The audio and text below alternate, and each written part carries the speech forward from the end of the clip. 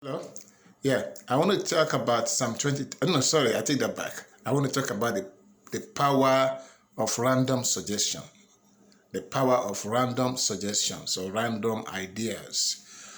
One of the things we take for granted that we really never pay attention to are sudden suggestions that, come to us from out of the blues.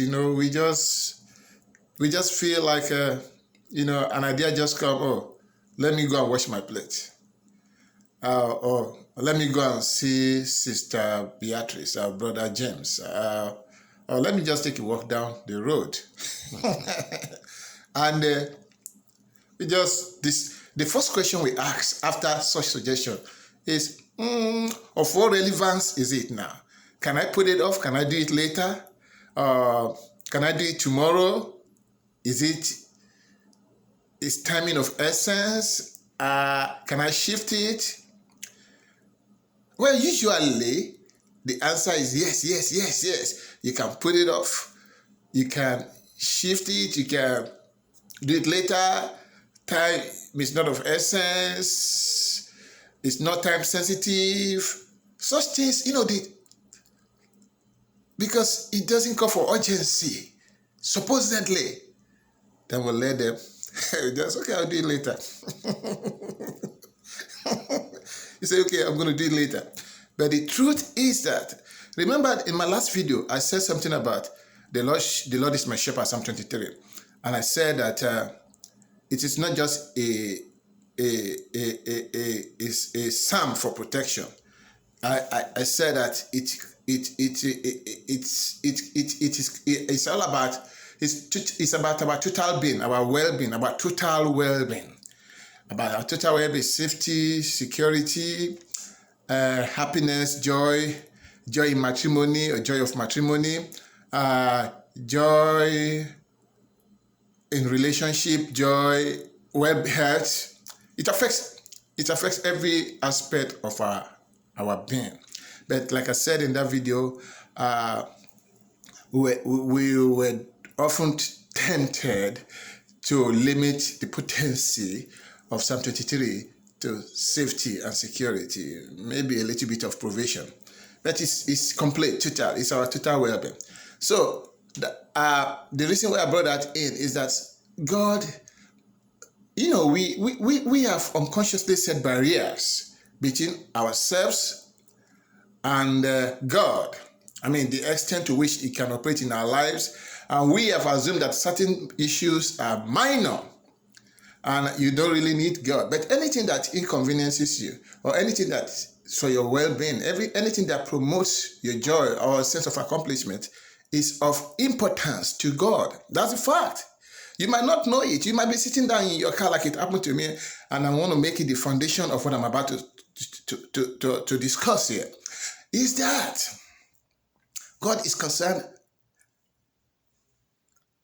God concerns himself with every aspect of your life. He's concerned by your health, your well-being, your marital status, your marriage, your happiness, your health, etc., etc. So never, for any reason, say, okay, no. God cannot involve himself with this. This is too minor. No. If it concerns you, it concerns God. Okay, so the power of random suggestions. Certain times you'll be discussing or you're affected by certain issues, and that seemed so important. Well, relatively, depending on I don't know, but anything that really concerns you. And all of a sudden, when you take your mind off it, you just have a suggestion. And that suggestion does not have any link whatsoever. No link whatsoever with the issue that bothered you, that was bothering you. So, because there was no link, you didn't think there was the need for you to pay attention to it. You didn't think that there was a need for you, to act smoothly and swiftly, quickly, with a sense of urgency. You didn't think there was a need for it because You didn't even know that it was a special instruction. You didn't know it was a special instruction. That's pẹ́ tí mo ti rí Sister Kolade o. That's pẹ́ tí mo ti rí Brother James. They just came to you right after removed your mind from a matter that concerns you. So you couldn't make any connection. You understand? The power of a random suggestion. And oftentimes, when such suggestions come, because they are random, they don't come with term sensitivity. So even if you accept to do those things, you didn't know that you had to stand up and do it now. So, like my mom used to say, my mom would say, "Anwiru, onwiru." That is when she's discussing a matter of utmost concern to her, urgency, and all of a sudden you just came in and say something that doesn't have any connection with it. Mom will say, what are you saying? Anwiru, onwiru. Usually, you cannot connect the ideas or suggestions that come to you shortly after you took your mind off of something that was important to you that you couldn't handle and that you couldn't address. And you would love to address them, but you would like to solve them, but you take your mind out of it. Let me give you this. It's a little bit dirty, but I don't care. I don't care. I care, but man, sometimes we do some things. I don't know. I do some things that I probably would not do when somebody else is there, But I'm not going to say I don't do it. So it's up to you. So don't judge me. I was inside my car. I wanted to pee. I was really pressed, but I was confined within that area. I couldn't go to a gas station, convenience store. So I was looking for a container. Of course, I have my car. Unfortunately for me, I have you couldn't see into my car from outside, tinted glass. Good. So then I realized that the container I thought I had in that car was not there. And I was pressed. So after some time, I just took my hand off and I was praying within me that the time I wouldn't need to stay much longer in that area before I moved away. So I just took my mind off. And immediately I took my hand off, something just told me, go and check your oil level like I normally do. So I just went and checked my oil level, and I discovered that I needed to top it up. So I went to the trunk, took out 20W 30, that's oil, engine oil. Open it, pour it all the way, lock it back. Then I look at the wait a minute.